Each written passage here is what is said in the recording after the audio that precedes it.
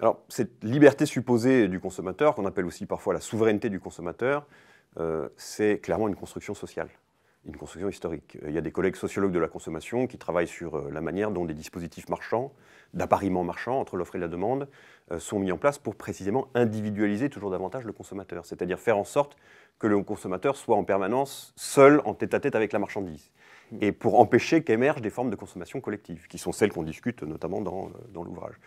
C'est qu'en effet, comme vous l'avez dit, une des critiques fondamentales qui a été faite aux expériences de planification passées, c'est leur caractère autoritaire ou dictatorial. Agnès Seller, la grande marxiste hongroise des années 70, avait une expression pour qualifier l'Union soviétique de l'époque. Elle disait « c'est une dictature sur les besoins ». Et donc l'expression veut bien dire ce qu'elle veut dire, c'est que vous avez une caste de bureaucrates qui décident de ce que c'est qu'un besoin légitime et qui décident de produire en conséquence, et la société civile ou les consommateurs individuels ou collectifs n'ont absolument aucun mot à dire dans la manière dont on délimite leurs propres préférences ou leurs propres besoins en tant que consommateurs.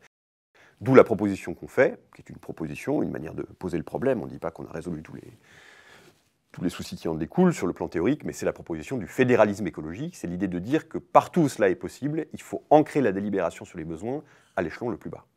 Évidemment, il y a des formes de montée en échelle qui sont nécessaires, et des formes de mutualisation qui sont nécessaires, mais qui sont justement nécessaires quand cela s'impose dans la délibération. Donc autant que possible, on laisse des marges de manœuvre importantes à l'échelon de la commune ou à l'échelon de l'entreprise pour faire en sorte que la délibération sur les besoins se passe à cette échelle.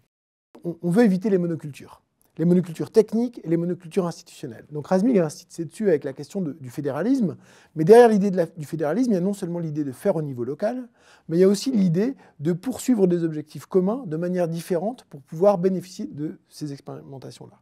Donc ça, c'est aussi quelque chose d'extrêmement important qui à la fois permet de lier une forme d'ouverture, on ne sait pas quelles vont être les formes qui vont être prises, mais un souci d'efficacité. On peut faire des bilans, on peut voir qu'est-ce qui fonctionne et qu'est-ce qui ne fonctionne pas.